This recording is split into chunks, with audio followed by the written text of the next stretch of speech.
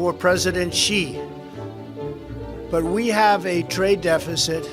It is the largest deficit of any country in the history of our world. It's out of control. 中方不想同美方打贸易战，但我们绝不会坐视中国的利益受到损害。You know, look, if there was going to be a trade war, I can tell you, Jessica, the markets wouldn't really like it. President Trump is the guy who said trade wars, they're good and they're easy to win. Giddy up, Mr. President. Show us how. Tensions are boiling. China, the second largest economy in the world, is not backing down. It's fighting back with retaliation after retaliation, target markets in ways we've never seen before. The global trade landscape has shifted dramatically, and at the center of it all is China, locked in a fierce trade war with the US, Canada, and Europe. The States, billions of dollars, industries on the brink of collapse, and economies teetering on the edge. In today's video, we're diving deep into the timeline of China's retaliation against the West. It's a saga filled with high-stakes drama, economic brakemanship, and controversial protectionist policies that will leave you questioning the future of global trade. Stick with us till the end, because what you're about to hear is nothing short of explosive. So, welcome to our channel. If you're passionate about understanding the intricacies of global markets and economic power struggles, you're in the right place. Don't forget to hit that like button and subscribe so you never miss an update on this unfolding global drama. Trade war timeline, China vs. the West.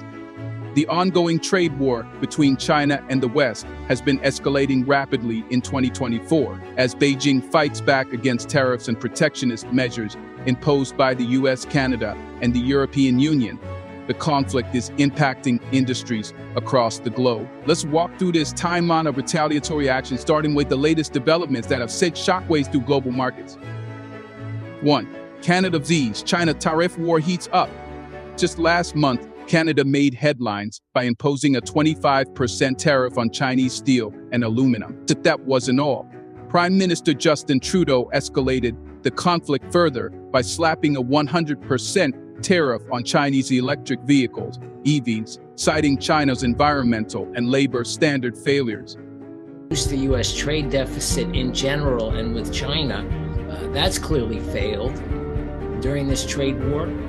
In the U.S. trade with China, we've imported more from China in 2022 than ever before, and the trade imbalance with China is larger than ever before. So the stated objective, none of that was met, basically, complete failure. I think here was a misunderstanding. We all see so many Chinese products, you know, at Walmart, Target, whatever, that we probably have the impression that most of what we import from China are final goods.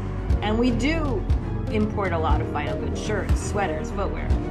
But the majority of what we import from China is actually intermediate goods. That is, it goes directly for businesses for use in their production process.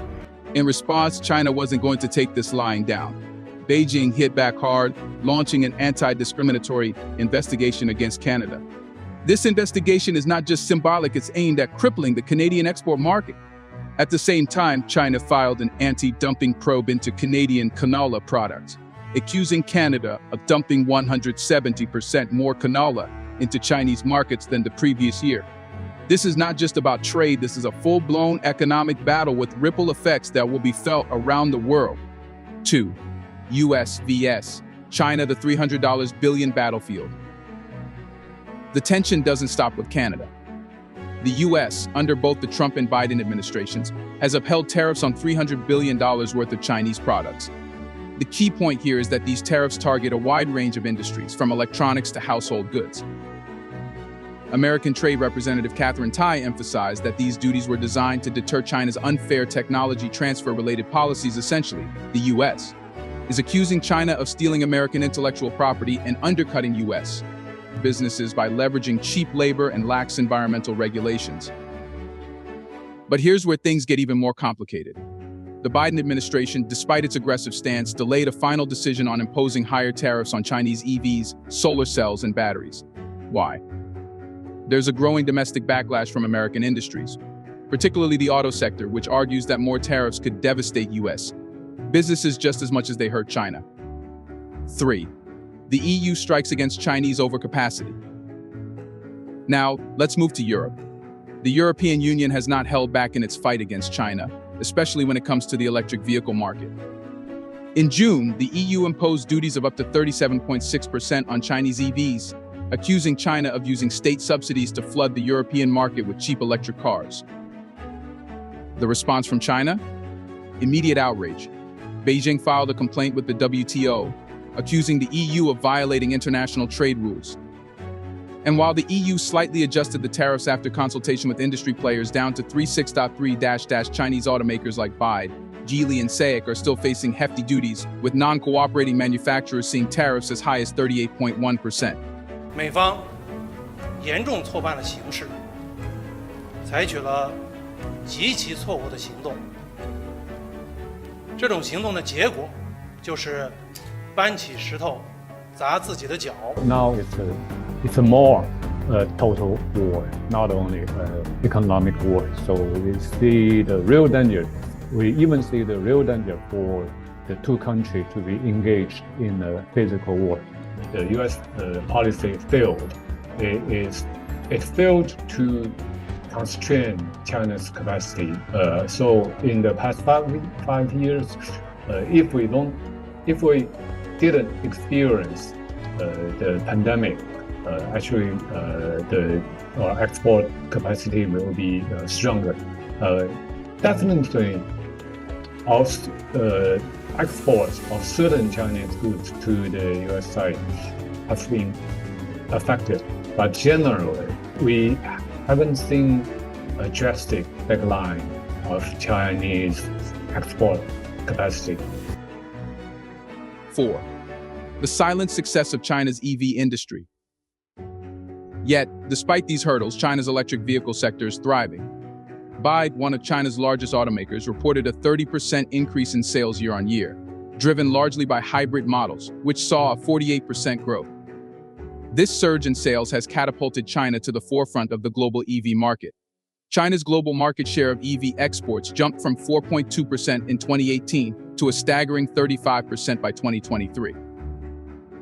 Last year, nearly 1/5 of all EVs purchased in Europe came from Chinese manufacturers.